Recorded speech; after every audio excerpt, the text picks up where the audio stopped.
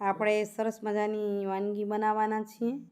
અહીં તમને ઝલક બતાવું છું અને પાછળ વિડીયો પૂરો જોજો, મજા આવશે। કઈ રીતે કરી છે, મેથડ શું છે, બધું શાંતિથી જોઈ શકશો। મોડું થઈ ગયું છે પણ બનાવવાનું જ તો છે જ, મોડું કે વહેલું જમવાનું તો બનાવવું જ પડશે। નમસ્કાર મિત્રો, કેમ છો? મજામાં ને? સ્વાગત છે તમારું મારી યુટ્યુબ ચેનલ પર। મિત્રો, આજે વિડીયોની શરૂઆત કહો કે એન્ડિંગ કરી, બધું હમણાં થઈ જવાનું છે લાગે એમ છે, કારણ કે સવારે ગઈકાલના વિડીયોમાં આપણે પૂર્ણતા આપી, રવાની થતી હતી, કીધું બીજો વિડીયો થાય કે ન થાય। વાગ્યા છે 8:30, ઘરે પહોંચી છું। હવે કંઈક જમવાની રસોઈની કરું તૈયારી। દ્રષ્ટિની તબિયત થોડીક સારી છે એટલે થોડીક એને તૈયારી કરી છે। પહેલું જમવાનું પતાવું એ પહેલાં તમને બતાવું કે હમણાં બસ સ્ટેશને ગયા હતા ને, તો બસ સ્ટેશનનો સીન કેવું થયું છે, એટલે અંધારું રાત કેવી થઈ છે ત્યારે ઘરે પહોંચાડવું છે।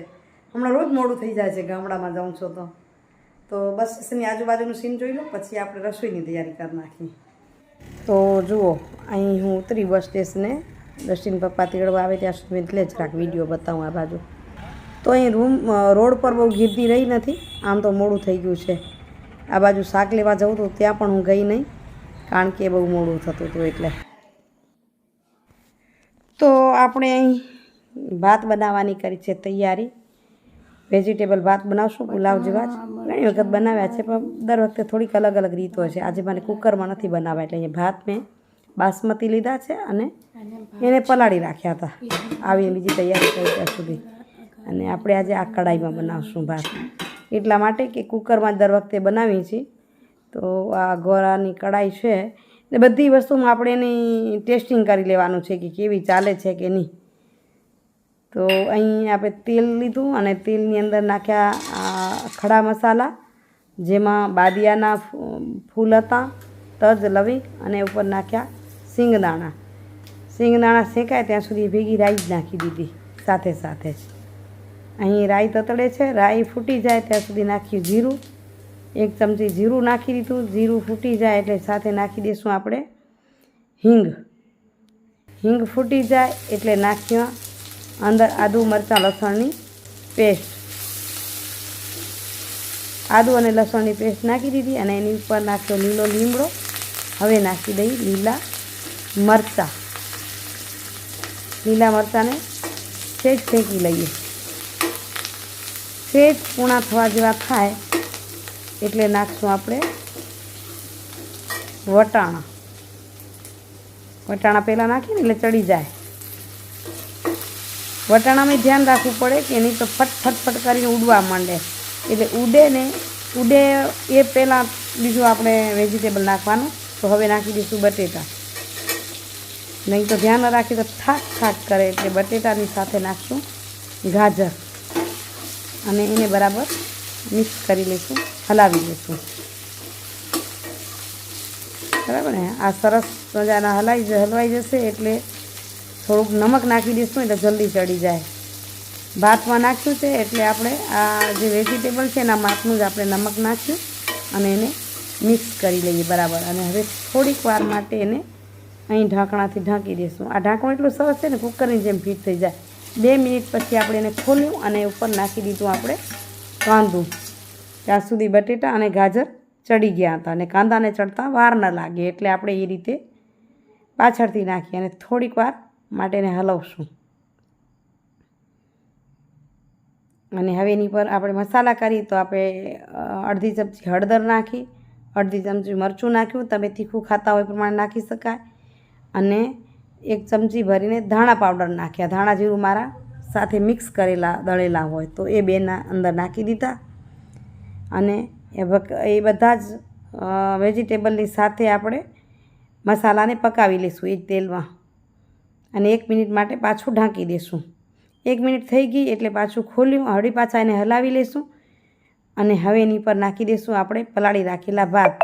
આમ ભાત નિતારી લઈ પણ તોય થોડુંક પાણી હોય, હવે એને પણ સારી રીતે મિક્સ કરી લઈશું। આમાં ઘણી વખત ઘણા બીજા રાંધતા હોય તો શું કરે કે આ વેજીટેબલ એટલા રંધાઈ જાય એનામાં પાણી નાખી દે, આપણને પાણી ઉકળે ને એની અંદર ભાત ઓરે, પણ એમ કરવા કરતાં તમે આ રીતે ભાતને શેકજો, આ ખાવામાં અને ટેસ્ટની ઘણી મજા આવે। જો આટલા શેકાઈ ગયા, હવે થોડાક તપેલીમાં ચોટેલા હતા ને એ જ ધોઈને અંદર નાખવાના રહ્યા, તો રાખી દીધા। અને અહીં આપણે માપનું પાણી નાખવાનું છે, કારણ કે એકદમ માપનું પાણી નાખશું તો સરસ થઈ જશે. એ થોડુંક ઓછું એટલું પાણી નાખીએ છીએ, કારણ કે જરૂર લાગશે તો ઉપરથી નાખી લેશું. અને હવે એને 5 મિનિટ માટે ચડવા દેશું. આ કઢાઈમાં ચોટશે નહીં એટલું સારું છે. જો છે ને એકદમ ફૂલી ગયો છે ભાત, હજી પાણી દેખાય છે અને ભાત કાચો પણ ઘણો છે, એટલે હજી પાછું આપણે આને ઢાંકી દઈશું. 2-3 મિનિટ પાછી વળી પાછા એને જોઈશું.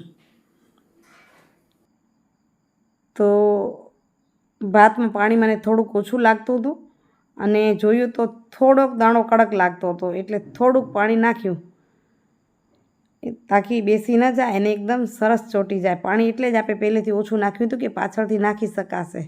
મને હજુ પણ સેજ કાચો દાણો લાગી રહ્યો છે. મારા ઘરમાં ખાવામાં હોય તો મને ભાત પૂરેપૂરો ચડેલો જોઈએ, અવાજ કરે કે ચાવો બહુ જ પડે એવો મજા ના આવે. એટલે આપણે થોડુંક પાણી નાખ્યું અને 2 મિનિટ માટે ચડવા દીધું. હવે ગેસને બંધ કરી દીધો છે અને આના તપમાં જ ભાત સરસ ચડી જશે અને એકદમ કોરા પણ થઈ જશે. તો આપણી ખારી ભાત થઈ ગઈ છે તૈયાર, કે જમી લઈએ.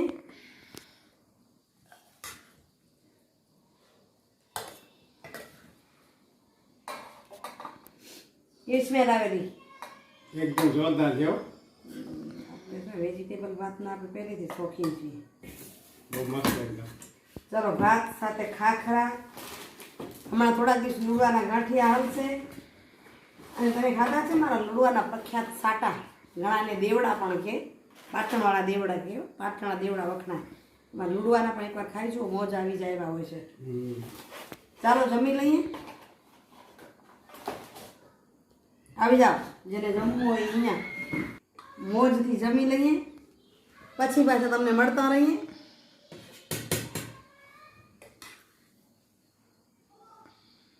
આજે સુવિચાર જમીને પછી લેવાશે, કારણ કે સવારે વિડીયો અડધો મૂકીને ગઈ હતી ને, ગઈકાલનો વિડીયો મેં આમ જ પૂરો કર્યો કપડાં પહેરતે, બહુ ટૂંકો થયો હતો. આજે પછી તમને સુવિચાર લઈએ જમીને. વાત तुम्हारी नजरों में हम ગીત સાંભળતા જોયા છે સાહેબ? अजब चाहत छलक रही है. क्या વાહ बात, વાહ વાહ, क्या बात है, क्या बात है. ऐसा तो कलाकार है भाई हम. ઠીક વાત. બહુ મસ્ત ગાત.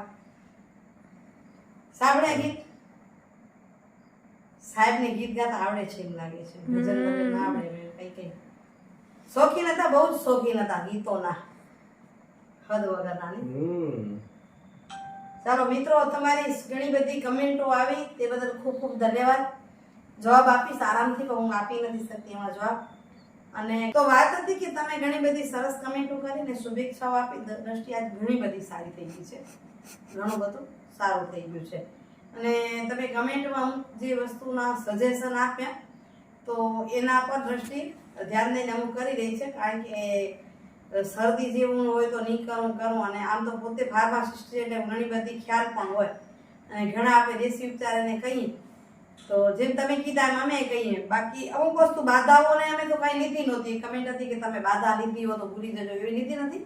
અને અમે અહીં છે ને શીતળા માતાની બધા બાધા કરે, છબડા આવે કે હોરી આવે તો શીતળા માતાજીની બાધા લે કર શાંતિથી એની હોય. એટલે 7મા દિવસે આજે 5 દિવસ થઈ ગયા છે, અને તમારી પાસે વિડીયો આવશે ત્યારે લગભગ 6 દિવસ થઈ જશે, કારણ કે અત્યારે 10:30 થાય છે હું વિડીયો કરું છું ત્યારે.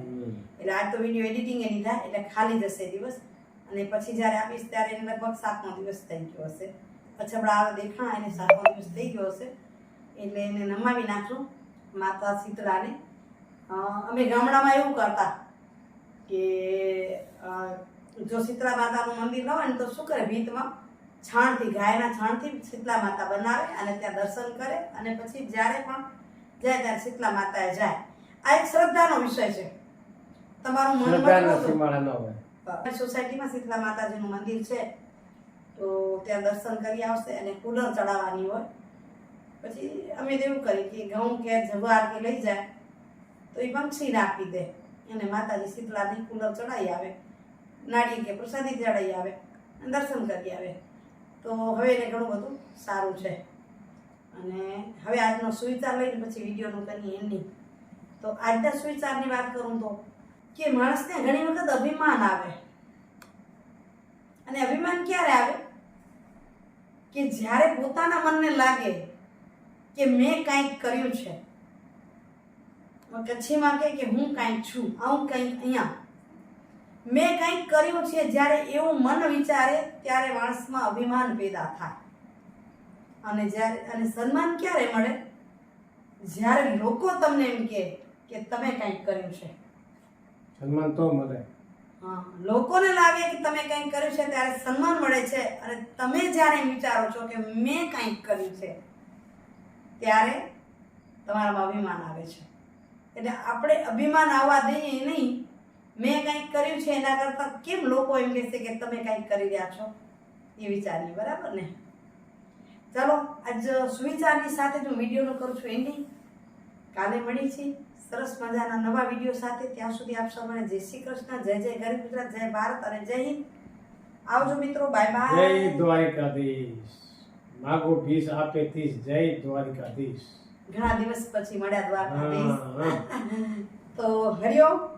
આજે આખા બ્લોગમાં દ્રષ્ટિ તમને નથી બતાવી, આવતા બ્લોગમાં બીજા દિવસ ચોક્કસ બતાવશું. કારણ કે એની આમ તબિયત એકદમ બરાબર થઈ જાય ને પછી મજા આવી જાય. ઘણા બધા બેસી ગયા છે અછબડા, પણ વિચાર્યું એની રીતે જે રીતે રહે એ રીતે રહેવા દઈએ એટલે સરસ થતી જાય.